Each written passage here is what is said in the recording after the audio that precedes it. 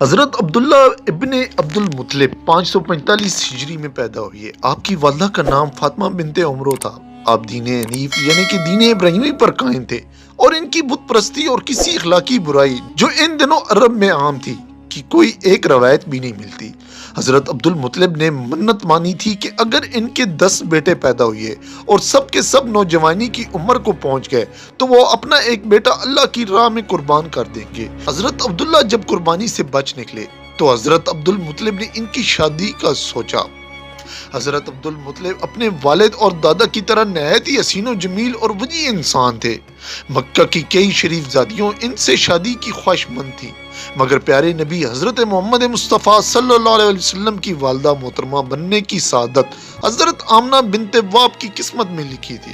ان شریف زادیوں کی اس خواہش کے پیچھے صرف حضرت عبداللہ کی زہری شخصیت ہی وجہ نہیں تھی، بلکہ اس کی اصل وجہ وہ نور نبوت تھا جو ان کی پیشانی میں چاند کی طرح چمکتا تھا۔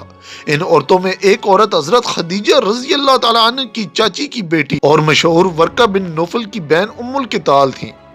ان کے بھائی ورقہ بن نوفل انجیل اور سابقہ صحیفے آسمانی کے علوم کے ماہر تھے اور ان کی وجہ سے ام القتال جانی جاتی تھی کہ حضرت عبداللہ کی پیشانی میں چمکنے والا نور نور نبوت ہے، اور اسی لیے ان کی خواہش تھی کہ یہ نور ان کے بطن سے جنم لے۔ دوسری عورت ایک کائنہ فاطمہ بنت مرل حسیمیہ تھی، جنہوں نے اپنی روحانی استعداد سے جان لیا تھا کہ حضرت عبداللہ کی پیشانی میں جو نور دمکتا ہے وہ نور نبوت ہے، اس لیے یہ بھی حضرت عبداللہ سے شادی کی خواہش مند تھی۔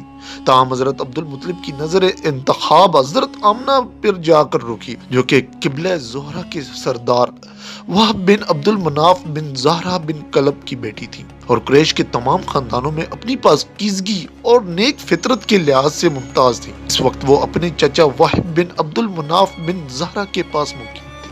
حضرت عبد المطلب وہب کے پاس گئے اور حضرت عبداللہ کے لیے حضرت آمنہ کا رشتہ مانگا، جسے قبول کر لیا گیا، اور یوں حضرت عبداللہ اور حضرت آمنہ رشتے ازواج میں منسلک ہو گئے۔ اس موقع پر خود حضرت عبد المطلب نے بھی ایک کاہنہ کی کہنے پر وہب بن عبد المناف کی بیٹی ہلہ سے شادی کر لی، جس سے حضرت صفیہ رضی اللہ تعالی عنہا اور حضرت حمزہ رضی اللہ تعالی عنہ جیسے جری شریر پیدا ہوئی۔